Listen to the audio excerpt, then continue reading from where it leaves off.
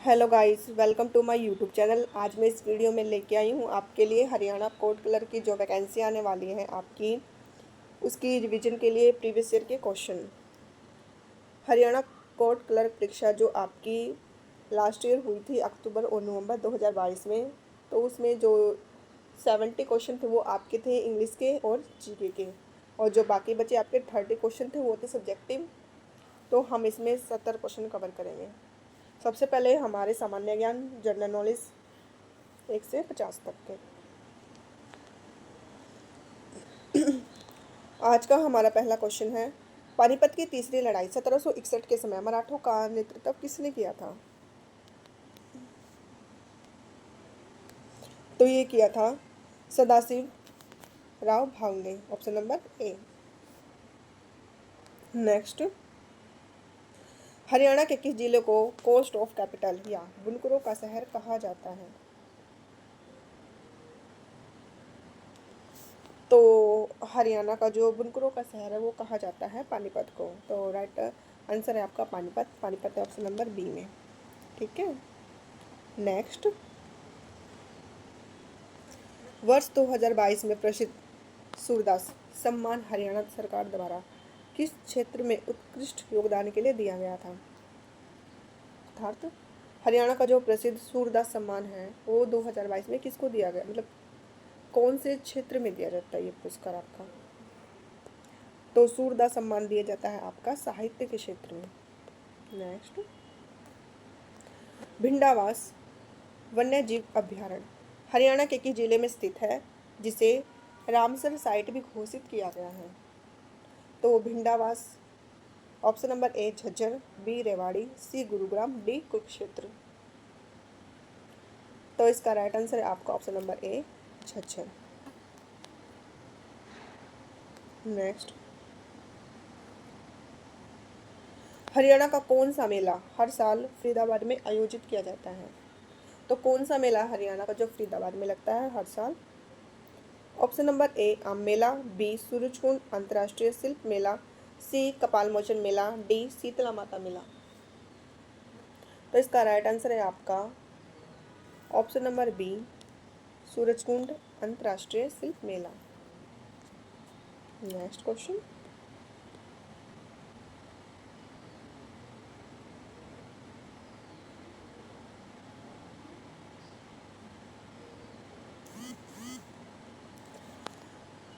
केंद्रीय माध्यमिक शिक्षा बोर्ड या सीबीएसई द्वारा जुलाई 2020 में शुरू किए गए एकल परीक्षा पोर्टल का नाम क्या है?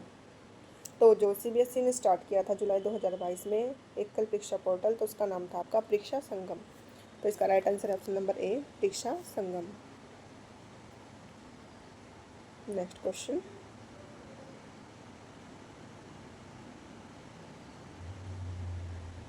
क्वेश्चन नंबर 7, विश्व कुश्ती चैंपियनशिप 2022 में पुरुषों के 65 किलोग्राम फ्री स्टाइल वर्ग में कांस्य पदक किसने जीता था? तो कांस्य पदक जीता था बजरंग पुनिया ने। राइट आंसर है option number B. Next question, Haryana के किस शहर में राष्ट्रीय डेयरी अनुसंधान या फिर एनडीआरआई स्थित है? तो एनडीआरआई कहाँ स्थित है? A Hisar, option number B Sirsa, C Karnal, D Jind. तो राइट आंसर होगा आपका ऑप्शन नंबर सी करनाल। तो एनडीआरआई स्थित है आपकी करनाल में। नेक्स्ट, क्वेश्चन नंबर 9, चौधरी चरण सिंह हरियाणा कृषि विश्वविद्यालय या एचएयू किस जिले में स्थित है? Option number A Rohtak, option number B Hisar, option number C Bhiwani, option number D Kurukshetra. तो इसका राइट आंसर क्या होगा? तो ये स्थित है आपका ऑप्शन नंबर बी हिसार में। ठीक है,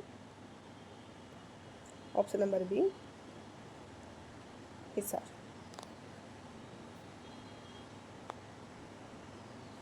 हरियाणा विधानसभा में कुल कितनी सीटें हैं? A 80, B 90, C 100, D 68। तो हरियाणा विधानसभा में कितनी सीटें हैं? तो आपका राइट आंसर होगा ऑप्शन नंबर बी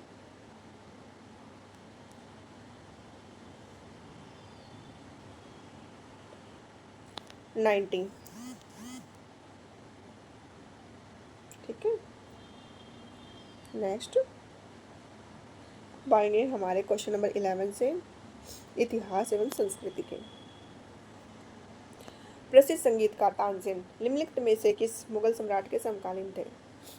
तो तानसेन थे अकबर के समकालीन, और तानसेन अकबर के दरबार में क्या करते थे? म्यूजिक डिपार्टमेंट में थे। ठीक है, नेक्स्ट क्वेश्चन, क्वेश्चन नंबर 12। वैदिक गणित का सबसे महत्वपूर्ण स्रोत निम्नलिखित में से कौन सा ग्रंथ माना जाता है? तो कौन सा माना जाता है? ऑप्शन नंबर बी, सूल्व सूत्र। Next,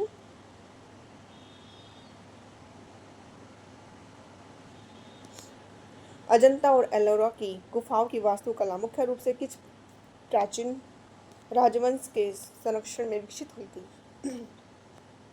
option number A Pallava, option number B Chola, option number C Rashtrakuta, option number D Maurya. तो इसका राइट आंसर क्या होगा? Option number D, option number C Rashtrakuta. Next question,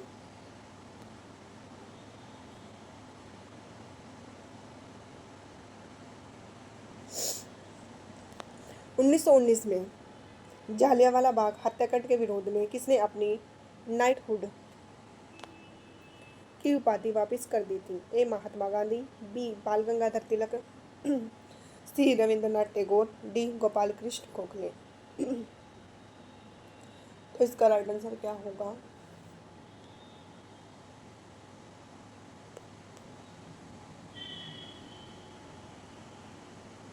तो इसका राइट आंसर है आपका option number C Rabindranath Tagore.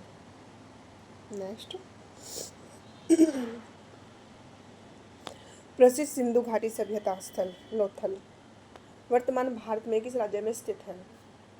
तो लोथल आपका एक सिंधु घाटी स्थल है जो स्थित है आपका ऑप्शन नंबर सी गुजरात में। नेक्स्ट, किस बौद्ध संगीति के दौरान बौद्ध धर्म हीनयान और महायान दो संप्रदायों में विभाजित हो गया था?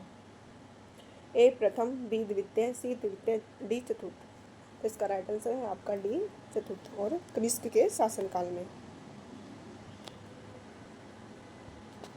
Next, question number 17।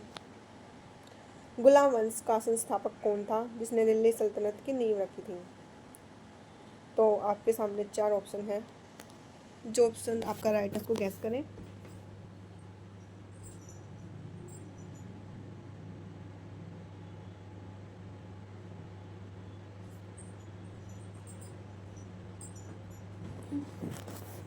तो आपका राइट आंसर होगा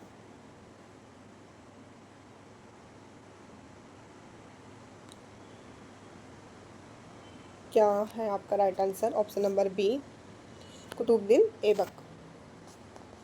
नेक्स्ट,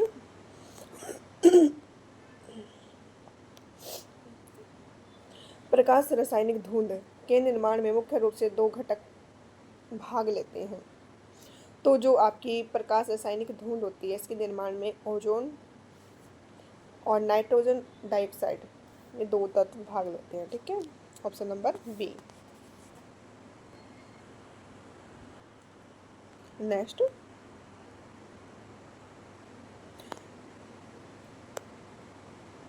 ज्वालामुखी से निकलने वाले गाढ़े और अधिक चिपचिपे लावा के धीरे धीरे जमा होने से बनने वाले गोलाकार टीले को क्या कहा जाता है?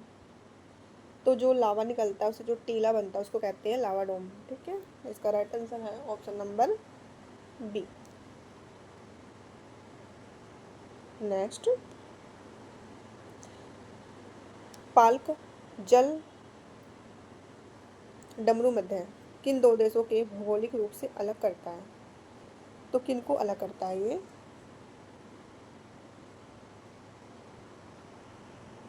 तो ये करता है आपका भारत और श्रीलंका को। तो इसका राइट आंसर है आपका भारत और Sri Lanka, option number B. Next, Bharat के किस राज्य को साइलेंट वैली राष्ट्रीय उद्यान के लिए जाना जाता है जो जैव विविधता से समृद्ध है? ए उत्तराखंड, बी हिमाचल प्रदेश, सी केरल और डी असम। तो आपका राइट आंसर होगा ऑप्शन नंबर सी, केरल को।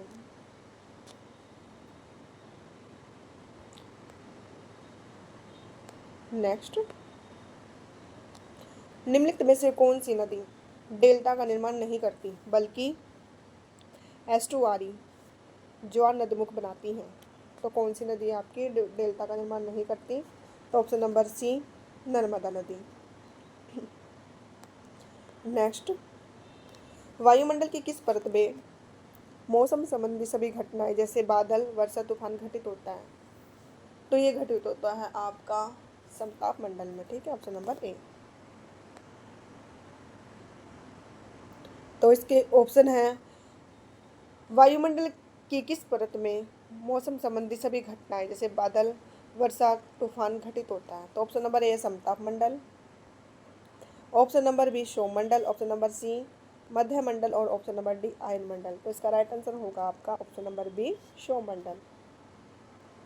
नेक्स्ट, सुंदरवन डेल्टा में पाए जाने वाले वनों को मुख्य रूप से किस नाम से जाना जाता है? तो उसको जानते हैं, option number B mangrove one.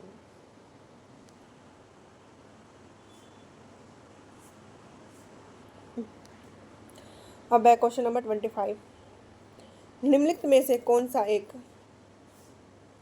भारतीय संविधान के तहत संवैधानिक निकाय नहीं है? तो कौन सा नहीं है? ऑप्शन नंबर सी, राष्ट्रीय मानव अधिकार आयोग। यह संसद के अधिनियम द्वारा गठित एक वैधानिक निकाय है। नेक्स्ट क्वेश्चन,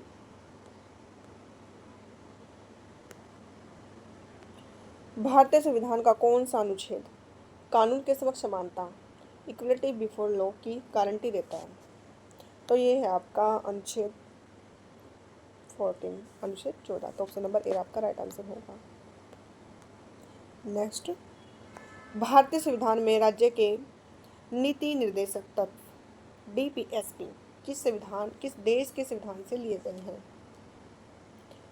ए संयुक्त राष्ट्र अमेरिका, B Ireland, C Australia, D Canada. तो इसका राइट आंसर होगा आपका option number B, Ireland. Next, Bharat के राष्ट्रपति को उनके पद की शपथ कौन दिलाता है? तो कौन दिलाता है? भारत का मुख्य न्यायाधीश CJI।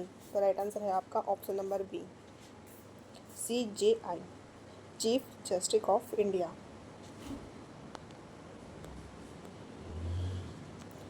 Question number 29।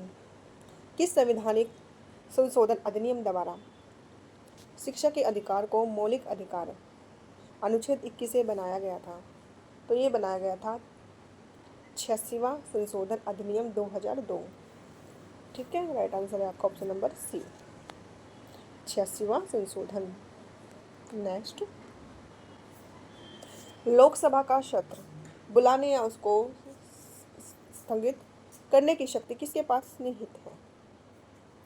तो ये निहित है आपके राष्ट्रपति के पास, ऑप्शन नंबर सी है।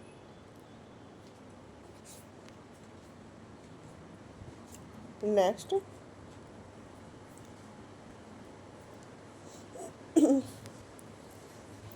Question number 31। वर्ष 2022 के सरकारी आंकड़ों के अनुसार सरकार की पूर्व स्वीकृति के तहत multi brand retail trading MBRT में कितने प्रतिशत प्रत्यक्ष विदेशी निवेश FDI की सीमा तय की गई है? तो कितनी थी 2022 के according? Option number B 51%, 51%। Next, question number 32। Bharat में वस्तु एवं सेवा कर GST औपचारिक रूप से किस तिथि को लागू किया गया था? कब आया था हमारे देश में GST? 1 जुलाई 2017 को, option number C. Next question, question number 33। भारतीय रिजर्व बैंक आरबीआई की मौद्रिक नीति समिति का अध्यक्ष कौन होता है? तो होता है आपके आरबीआई के governor, option number C. Next question number 34, अर्थशास्त्र में छिपी हुई बेरोजगारी या प्रचलन बेरोजगारी का मुख्य रूप से क्या अर्थ होता है? तो इसका अर्थ होता है श्रम की सीमांत उत्पादकता शून्य होना, विशेषकर कृषि क्षेत्र में, तो ऑप्शन नंबर बी। नेक्स्ट अब है आपके कुछ साइंस के क्वेश्चन। क्वेश्चन नंबर 35, मानव शरीर में रक्त का धक्का या फिर ब्लड क्लॉटिंग बनने में कौन सा विटामिन सहायक होता है? तो ये होता है आपका विटामिन के। राइट आंसर है ऑप्शन नंबर डी, विटामिन के। नेक्स्ट क्वेश्चन नंबर 36, बिजली के बल्ब का फिलामेंट या तंतु निम्नलिखित में से किस धातु का बना होता है? तो ये बना होता है ऑप्शन नंबर सी, टंगस्टन का। नेक्स्ट वाहनों के पीछे के यातायात देखने के लिए किस प्रकार के दर्पण या मिरर का उपयोग किया जाता है? तो कौन सा किया जाता है आपका? उत्तल दर्पण, ऑप्शन नंबर बी आपका राइट आंसर है। इंग्लिश में इसको बोलते हैं कन्वेक्स। नेक्स्ट क्वेश्चन नंबर 38, धोने के सोडे या फिर वॉशिंग सोडा का सही रासायनिक नाम क्या है? तो ये है आपका option number B, sodium carbonate. Question number 39, मानव शरीर की सबसे बड़ी ग्रंथि कौन सी है? लार्जेस्ट ग्लैंड कौन सी है? तो ये आपका लीवर, हिंदी में होता है यकृत, तो ये आपका ऑप्शन नंबर सी में। नेक्स्ट अब आपके हैं थोड़े से कंप्यूटर के क्वेश्चन। क्वेश्चन नंबर 40, कंप्यूटर में एमएस वर्ड या एक्सेल में काम करते समय Ctrl+Z शॉर्ट की का क्या काम होता है? तो इसका काम होता है आपको अंडू करना, ऑप्शन नंबर सी। नेक्स्ट निम्नलिखित विकल्प में से कौन सा एक शुद्ध इनपुट डिवाइस है जिसका उपयोग दस्तावेजों को डिजिटल करने में होता है? तो आपको बताना है कि जो ऑप्शन दिए उनमें से आपका इनपुट डिवाइस कौन सा है। तो जो प्रिंटर, मॉनिटर और प्लॉटर ये हैं आपके आउटपुट, तो एक बचा स्कैनर, तो है आपका input device, option number C. Computer की मुख्य स्थायी मेमोरी जिसे बदला नहीं जा सकता उसे कहा जाता है? तो जिसको बदल नहीं सकते उसको बोलते हैं रीड ओनली मेमोरी, ठीक है, option number B. Next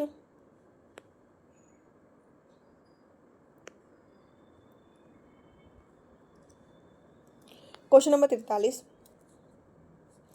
internet पर फाइलों के सुरक्षित और त्वरित आदान प्रदान के लिए किस प्रोटोकॉल का उपयोग किया जाता है?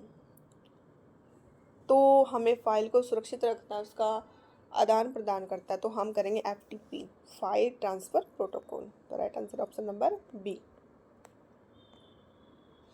FTP की फुल फॉर्म थी आपकी फाइल ट्रांसफ़र प्रोटोकॉल।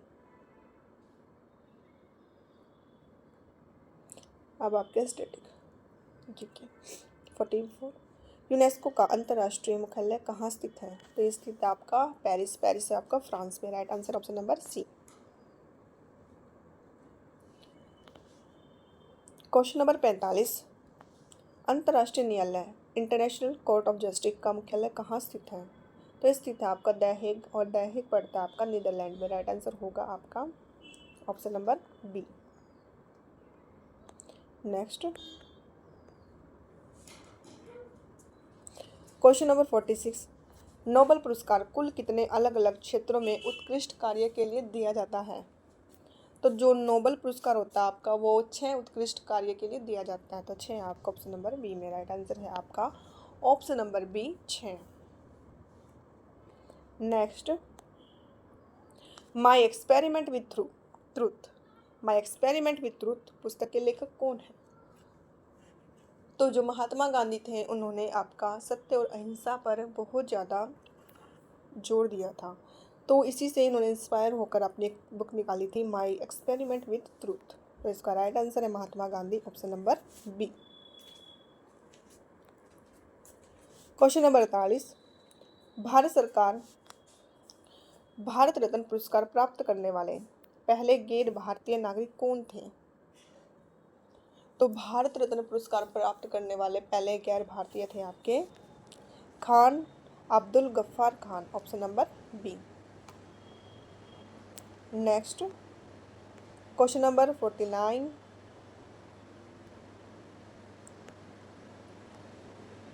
ओजोन परत के संरक्षण से संबंधित प्रसिद्ध अंतर्राष्ट्रीय समझौता कौन सा है?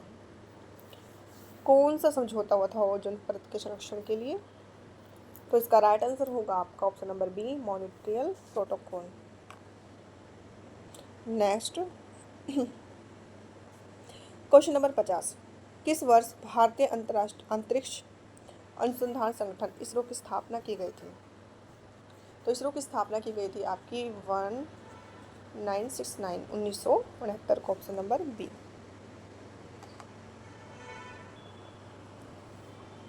नेक्स्ट अब 51 से लेकर आपके 70 तक इंग्लिश के क्वेश्चन बनेंगे, ठीक है। क्वेश्चन नंबर 51, स्टार्टिंग में दिए आपको synonyms and antonyms. Choose the word which is the nearest in meaning synonym to the given word abandon. Abandon का आपको सिनोनियम बताना है। सिनोनियम होता है समानार्थी। तो जो फोर्सेक होता है इसका मीनिंग भी त्यागना होता है और अबेंडन का मीनिंग भी आपका त्यागना ही होता है। तो जिनके समानार्थ निकले होता है सिनोनियम। तो इसका right answer option number B, forsake. Next, choose the word which is the most opposite in meaning antonym to the given word. Frugal, आपको फ्रूगल का एंटोनियम बताना है। ए इकोनॉमिकल, क्या होता है फ्रूगल का मीनिंग? तो इसका राइट आंसर है आपका option number B, extravagant. फ्रूगल और एक्स्ट्रा वेगेंट दोनों का मीनिंग होता है, देखो फ्रूगल होता है मितव्ययी, कम खर्च करता है। इसका उल्टा होता है जो ज़्यादा खर्च करता है, फिजूल खर्च, उसको बोलते हैं एक्स्ट्रा वेगेंट, ठीक है। Find the synonym of benevolent. तो आपको बताना है इसका सिनोनियम।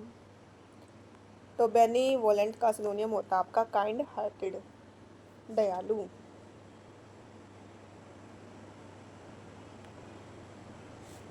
Next, transparent. ट्रांसपेरेंट का आपको बताना है एंटोनियम्स। एंटोनियम होता है विपरीत आर्थिक शब्द। ट्रांसपेरेंट होता है जिसके आर पार दिखाई देता है, ठीक है। और ओपेक होता है जिसके आर पार दिखाई ना दे, अपारदर्शी। तो इसका राइट आंसर होगा ऑप्शन नंबर बी, ट्रांसपेरेंट होता है पारदर्शी।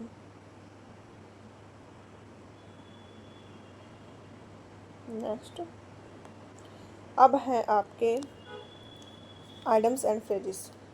Question number 55, choose the correct meaning of the underline word. The new clerk decide to turn over a new leaf after the warning. तो आपको बताना है turn over a new leaf का meaning. तो इसका राइट आंसर होगा आपका to change one behaviour for the better. Next question number 56, what is the meaning of the idiom at the 11th hour. इसका मीनिंग होता है बिल्कुल ही लास्ट में काम करना, at the very last moment, option number B, at the very last moment.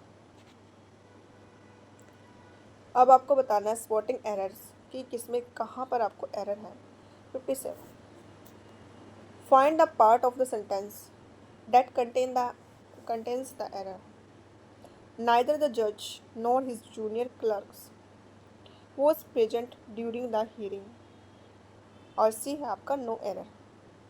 देखो जो हमारा नाइदर और नोर का केस होता है, जो हमारा सबसे नज़दीक वाला सब्जेक्ट होता है वर्ब उसके अकॉर्डिंग आती है। तो फिर सबसे नज़दीक वाला वर्ब के सबसे नज़दीक है आपका क्लर्क्स। तो क्लर्क्स आपके प्लूरल है, तो यहाँ पे वोस ने आके आपका क्या आएगा, वेयर। तो आपकी मिस्टेक है ऑप्शन नंबर सी में, और यहाँ पे क्या आना था आपका वेयर, ठीक है। Next, find the part sentence, find the part of the sentence that contains an error. अब फिर से आपको एरर बतानी है 58 में।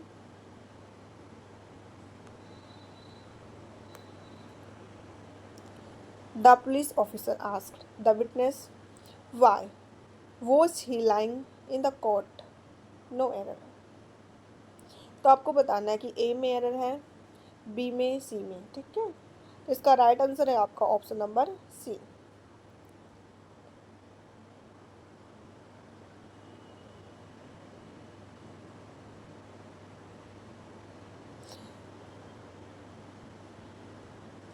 तो क्या एरर आपकी, तो यहाँ पे लिखा है वॉज ही, लेकिन आना क्या था, ही वॉज, ठीक है, ही वॉज आना था यहाँ पे। नेक्स्ट, अब आपको बताना है fill in the blanks and preposition. Fill in the blanks with the correct preposition.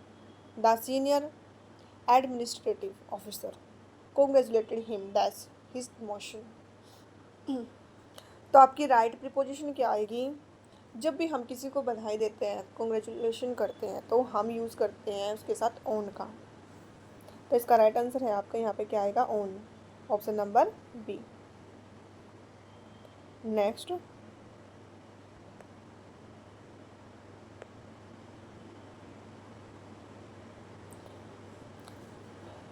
Question number 60, fill in the blank with appropriate preposition। The court has been adjourned and the next hearing is fixed as Monday।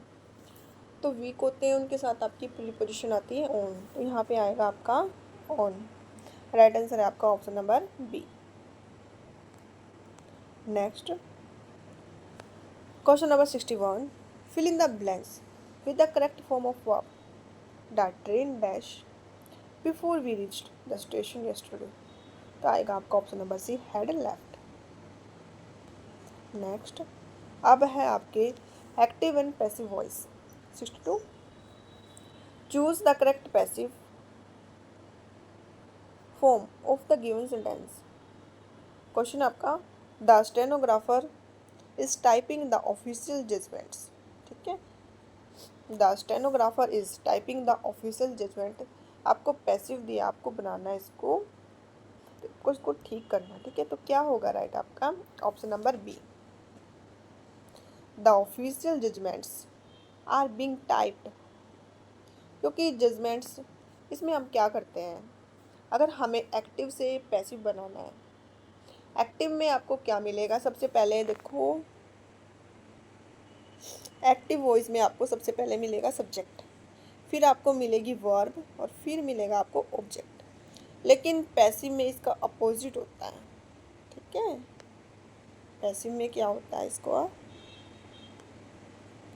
Opposite होता है। Passive में हम क्या करते हैं, जो object होता है उसको स्टार्टिंग में ले आते हैं, जैसे द ऑफिशियल जजमेंट स्टार्टिंग में लेके आए, उसके बाद इसके अकॉर्डिंग वर्ब लगेगी, जजमेंट्स आर। और इसका रूल है आपका पैसिव का कि अगर प्रेजेंट या फिर पास्ट कॉन्टिन्यूस तो हम बीइंग का यूज़ करेंगे, फिर आएगी वर्ब की थर्ड फॉर्म, और फिर हम इसको अटैच करते हैं बाय से, फिर आएगा आपका ऑब्जेक्ट द स्टेनोग्राफर। तो राइट आंसर होगा आपका option number B. Next, choose the correct passive form. The जज डिसमिस्ड द केस इमीडिएटली। तो इसका राइट आंसर होगा आपका the case was dismissed by the जज immediately. Next, direct and indirect speech. 64, convert the sentence into indirect speech। He said, I am working on the court records now। He said, I am working on the court records now। ठीक है, तो आपको इसको करना है, he said आपका ऐसे कैसे आएगा, उसके बाद अगर हम कोमा हटाते हैं सेड का, तो हम डेट का यूज़ करते हैं। उसके बाद है आई को हमको सब्जेक्ट में यूज़ करना, आई है आपका फर्स्ट पर्सन, और फर्स्ट पर्सन को आप चेंज करते हैं सब्जेक्ट में, सब्जेक्ट है हमारा ही। उसके बाद सेड आपका क्या है, पास्ट है, तो इसका पास्ट क्या बनेगा, वॉज। फिर आपका ये पीछे का सेम आएगा, working on the court records. Now का हम चेंज करते हैं देन, तो राइट आंसर है आपका option number B. Next 65, convert the sentence into indirect speech. The lawyer said to the client, "Do you have the property documents?" तो इसका right answer आपका option number A. The lawyer asked the client if he had the property documents. Next spelling test. Choose the correctly spelled word from the option. आपके सामने option आपको correct वाला बताना है, इनमें से कौन सी स्पेलिंग करेक्ट है। तो फर्स्ट वाली आपकी करेक्ट है, ऑप्शन नंबर ए, COMMITTE। ठीक है। नेक्स्ट फिर से आपको choose the correctly spelled legal term, correct आपको बताना है। 4 स्पेलिंग बिल्कुल सेम दी है, बिल्कुल आपका थोड़ा सा डिफरेंट है, स्पेलिंग में थोड़ा सा डिफरेंस है, आपको राइट बताना है। तो इसकी राइट होगी option number B, JURIS, jurisdiction, DICTION। ठीक है। इसका मीनिंग होता है आपका क्षेत्र अधिकार। नेक्स्ट मेंटेनेंस की आपको राइट स्पेलिंग बतानी है, तो इसकी राइट स्पेलिंग है आपकी ऑप्शन नंबर बी, MAINTENANCE। ठीक है।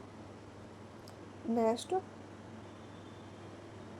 Word substitution, one word substitution. 69, choose the correct one word substitution for the phrase an official statement or account of a court proceeding or event। तो क्या बनेगा इसका, इसको बोलते हैं रिकॉर्ड। ठीक है।